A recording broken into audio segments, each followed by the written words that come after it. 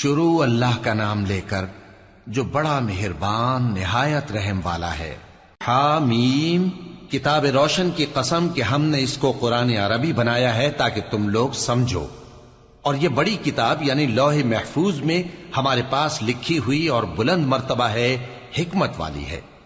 تو کیا ہم پھیر دیں گے تمہاری طرف سے یہ کتاب نصیحت موڑ کر اس بنا پر کہ تم ایسے لوگ ہو جو حد پر نہیں رہتے؟ اور ہم نے پہلے لوگوں میں بھی بہت سے پیغمبر بھیجے تھے، اور جو پیغمبر بھی ان کے پاس آتا تھا تو وہ اس سے ضرور تمسخر کرتے تھے، تو جو ان میں سخت زور والے تھے ان کو ہم نے ہلاک کر دیا، اور پہلے لوگوں کی حالت گزر چکی۔ اور اگر تم ان سے پوچھو کہ آسمانوں اور زمین کو کس نے پیدا کیا ہے تو کہہ دیں گے کہ ان کو غالب اور علم والے اللہ نے پیدا کیا ہے، جس نے تمہارے لیے زمین کو بچھونا بنایا اور اس میں تمہارے لیے رستے بنائے تاکہ تم راہ راست پر چلو، اور جس نے ایک اندازے کے ساتھ آسمان سے پانی نازل کیا، پھر ہم نے اس سے مردہ زمین کو زندہ کیا، اسی طرح تم زمین سے نکالے جاؤ گے۔ اور وہی ہے جس نے سب چیزوں کے جوڑے بنائے اور تمہارے لیے کشتیاں اور چوپائے بنائے جن پر تم سوار ہوتے ہو تاکہ تم ان کی پیٹھ پر چڑھ بیٹھو، اور جب اس پر بیٹھ جاؤ پھر اپنے پروردگار کے احسان کو یاد کرو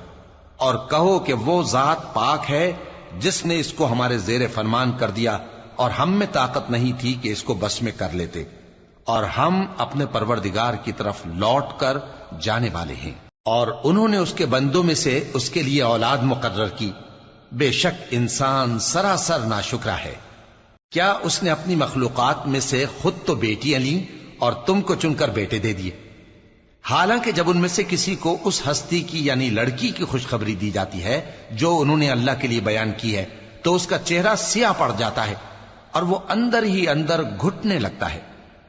کیا وہ ہستی جو زیوروں میں پرورش پائے اور جھگڑے کے وقت بات نہ کر سکے اللہ کی اولاد ہو سکتی ہے؟ اور انہوں نے فرشتوں کو کہ وہ رحمان کے بندے ہیں اس کی بیٹیاں ٹھہرایا۔ کیا یہ ان کی پیدائش کے وقت حاضر تھے؟ ان قریب ان کی شہادت لکھ لی جائے گی اور ان سے باز پرس کی جائے گی، اور کہتے ہیں اگر رحمان چاہتا تو ہم ان کو نہ پوچھتے، ان کو اس کا کچھ علم نہیں، یہ تو صرف اٹکلیں دوڑا رہے ہیں۔ یا ہم نے ان کو اس سے پہلے کوئی کتاب دی تھی کہ یہ اس سے استدلال کرتے ہوں؟ بلکہ کہنے لگے کہ ہم نے اپنے باپ دادا کو ایک طریقے پر پایا ہے اور ہم انہی کے قدم بقدم چل رہے ہیں،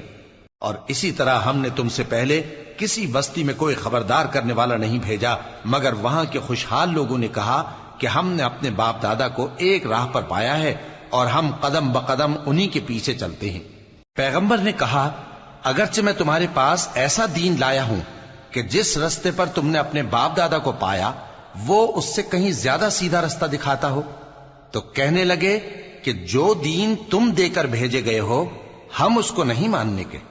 تو ہم نے ان سے انتقام لیا، سو دیکھ لو کہ جھٹلانے والوں کا انجام کیسا ہوا۔ اور جب ابراہیم نے اپنے باپ اور اپنی قوم سے کہا کہ جن چیزوں کو تم پوجتے ہو میں ان سے بیزار ہوں،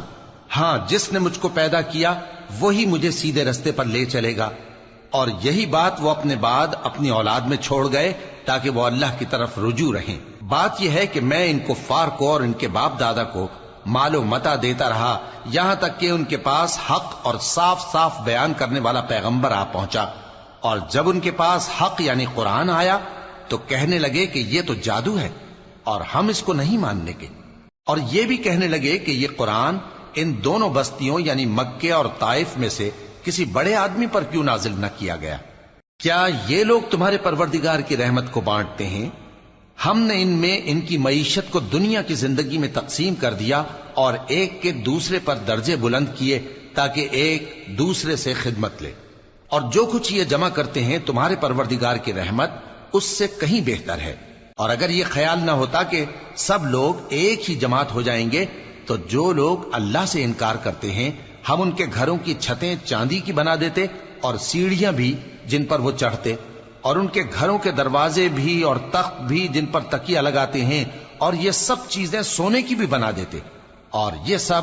دنیا کی زندگی کا تھوڑا سا سامان ہے، اور آخرت تمہارے پروردگار کے ہاں پرہیزگاروں کے لیے ہے۔ اور جو کوئی رحمان کی یاد سے آنکھیں بند کر لے یعنی تغافل کرے ہم اس پر ایک شیطان مقرر کر دیتے ہیں تو وہ اس کا ساتھی ہو جاتا ہے،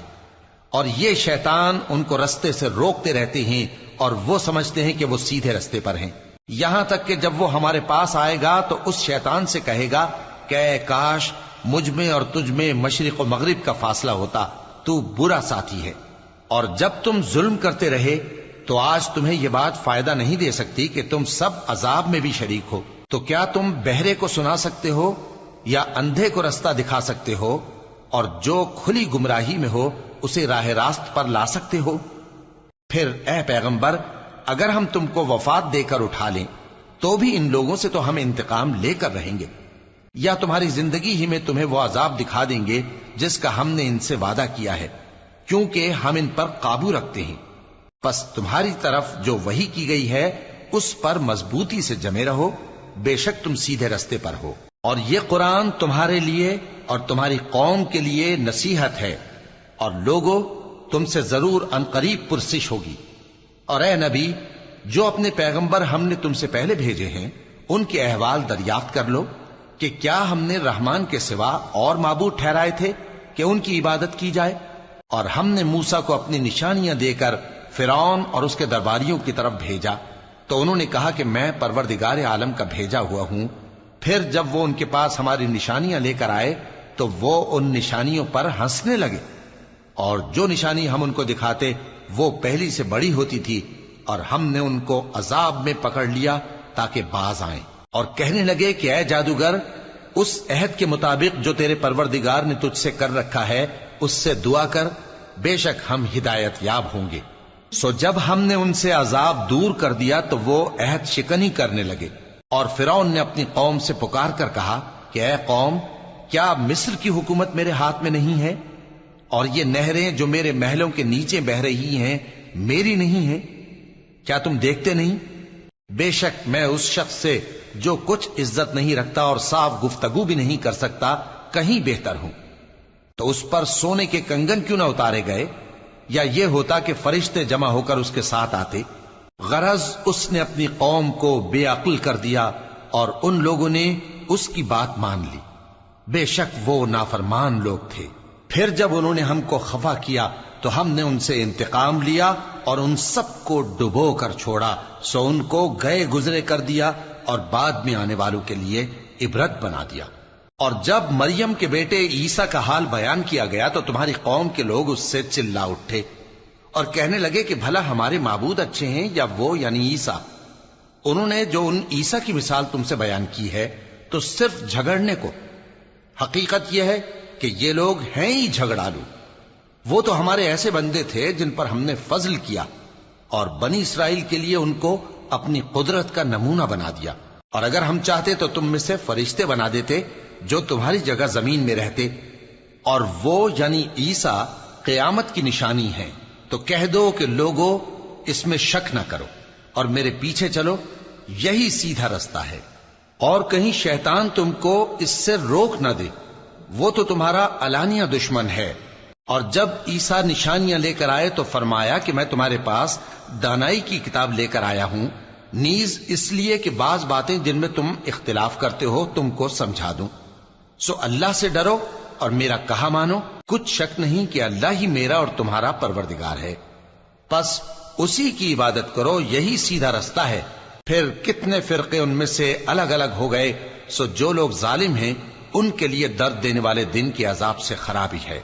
یہ صرف اس بات کے منتظر ہیں کہ قیامت ان پر ناگہاں آ موجود ہو اور ان کو خبر تک نہ ہو۔ جو آپس میں دوست ہیں اس روز ایک دوسرے کے دشمن ہوں گے، مگر پرہیزگار کہ وہ باہم دوست ہی رہیں گے۔ میرے بندو، آج تمہیں نہ کچھ خوف ہے اور نہ تم غمناک ہوگے۔ جو لوگ ہماری آیتوں پر ایمان لائے اور فرمانبردار بن گئے ان سے کہا جائے گا کہ تم اور تمہاری بیویاں عزت و احترام کے ساتھ بہشت میں داخل ہو جاؤ۔ ان پر سونے کی تشتریوں اور پیالوں کا دور چلے گا، اور وہاں جو جی چاہے اور جو آنکھوں کو اچھا لگے موجود ہوگا۔ اور اے اہل جنت، تم اس میں ہمیشہ رہو گے، اور یہ جنت جس کے تم مالک بنا دیے گئے ہو تمہارے اعمال کا صلہ ہے۔ یہاں تمہارے لیے بہت سے میوے ہیں جن کو تم کھاؤ گے، اور گناہگار یعنی کفار ہمیشہ دوزخ کے عذاب میں رہیں گے۔